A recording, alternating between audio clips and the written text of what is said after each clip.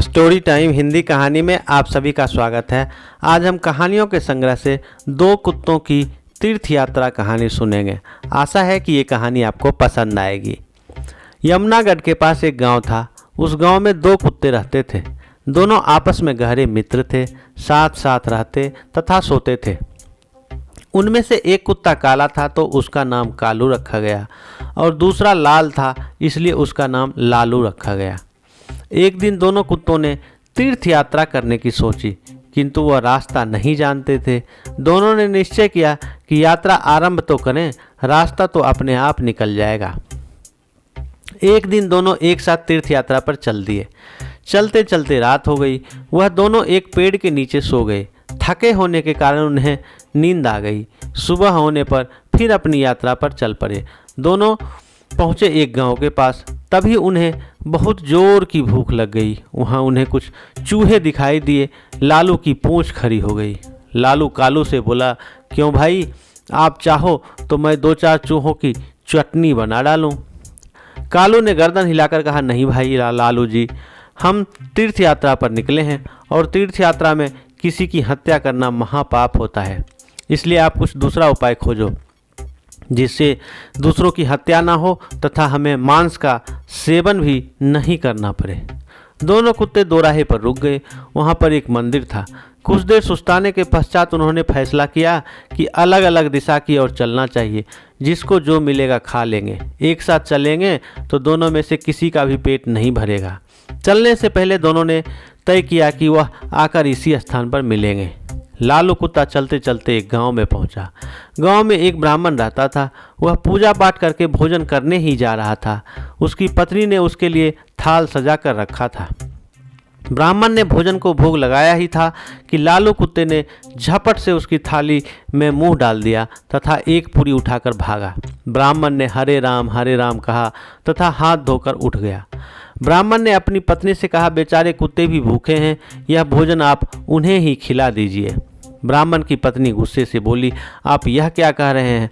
इस कुत्ते को यह थाली आप ही कहिए ना, इसमें कितने सारे पकवान हैं, खीर, पूरियां, दो तरह की सब्जी, अचार, दही, मिष्टान इत्यादि हैं।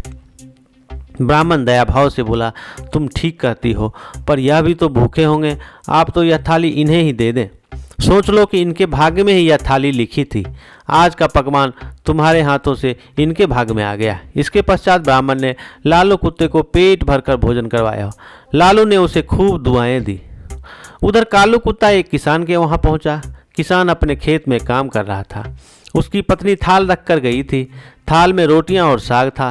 खेत का काम पूरा करके वह थाल खोलकर खाना खाने के लिए तैयार ही हुआ था कि कालू ने तुरंत ही उसके भोजन में मुंह डाला तथा थोड़ी सी रोटी का टुकड़ा तोड़कर वहां से भाग गया। किसान एकदम गुस्से से भर उठा। उसकी आंखें अंगारों के समान लाल हो गई। किसान ने अपनी लाठी उठाई। गाली देते हुए उसने लाठी से इतना जोर का वार किया कि कुत्ते की कमर टूट गई। वह पीड़ा से चिल्लाने लगा। कमर टूट जाने के कारण वह भाग भी नहीं सका। इसी बीच उसका कमर में दो चार लाठी और पड़ गई। कुत्ता अधमरा हो गया। लालू तो वहां खा पी कर मस्त पड़ा था। वह आंखें फाड़ फाड़ कर अपने साथी की प्रतीक्षा कर रहा था। उसका साथी उसे कहीं नजर नहीं आ रहा था। लाचार तथा उदास होकर वह दोराहे पर बैठ गया। थोड़ी देर बाद उसे कालू नजर आया। वह लपक कर उसकी ओर दौड़ पड़ा। उसकी टूटी कमर देखकर वह बहुत दुखी हुआ। लालू ने कालू से पूछा, भाई तुम्हारे साथ ऐसी हालत किसने की? कौन निष्ठुर जिसने रोटी के पीछे तुम्हारी कमर ही तोड़ डाली? कालू की आंखें भर आई। उसने पीड़ा से कराहते हुए सारी कहानी सुनाई। कहानी सुनकर वह क्रोध तथा दुख में डूबकर बोला, मैं उससे अपना बदला जरूर लूँगा।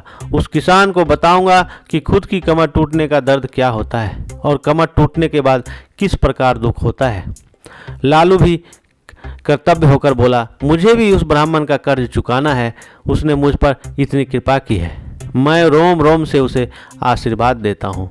इसी प्रकार बातचीत करते हुए दोनों कुत्ते ने अंत में यह निश्चय किया कि उन्हें प्राण त्याग देना चाहिए तथा प्राण त्यागने के पश्चात उन्हें उनके घरों में जन्म लेना चाहिए।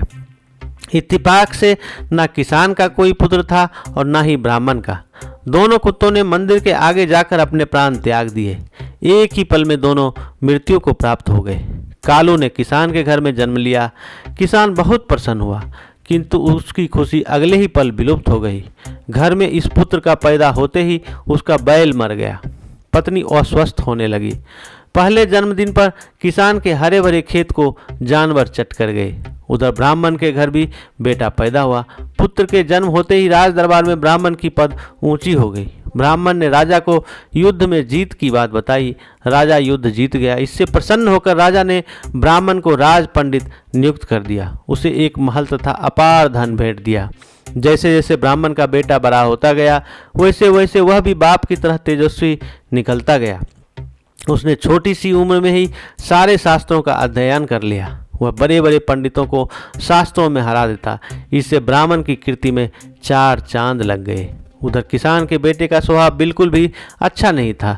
वह बात बात पर अपनी माता पिता को डांटता था, उन्हें गालियां बकता था। वह जुआ खेलकर बचे कुचे धन को उड़ाने लगा। किसान बहुत ही दुखी हुआ।